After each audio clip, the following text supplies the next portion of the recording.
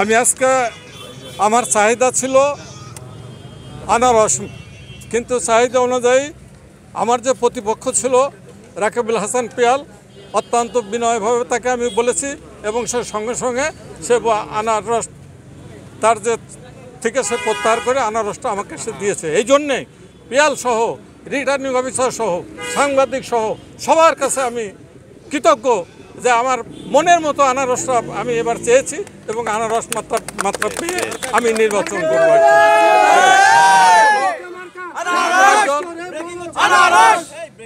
মুক্তিযোদ্ধা হিসেবে এবং রাজবাড়ির সন্তান হিসেবে আমার সাথে মুক্তিযোদ্ধারা আছে এবং সবসময় থাকবে। আমি সাংবাদিকদের কাছে, সাংবাদিক ভাইদের কাছে আমি সবসময় সহনশীল আচরণ চাই এবং আমি জানি যে এই রাজবাড়ী সদর উপজেলাটা সবচাইতে শান্তিপ্রিয় উপজেলা। অথবা আমরা যে দুইজন প্রার্থী আছি এবং আমাদের দুইজনের কথা আমি বলতে পারি ক্লিয়ার করে, আমাদের মধ্যে কোনো গোলযোগ হবে না, হয় নাই এবং হবে না, এই আশাবাদ আমি ব্যক্ত করতে পারি।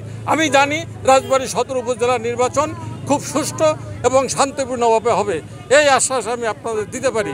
যার জন্য নির্বাচন কমিশনার সহ এই সরকার সহ সবাই চায় যে দেশের নিরপেক্ষ নির্বাচন হোক এবং তারই অংশ হিসেবে আজকে রাজবাড়ী সদর উপজেলা নির্বাচনের আজকে এই মার্কা বরাদ্দ দেওয়ার পর থেকে নির্বাচন পর্যন্ত আমার তরফ থেকে শান্তিপূর্ণভাবে এবং সহনশীলভাবে নির্বাচন হবে, এতে কোনো রকম ভুল হবে না।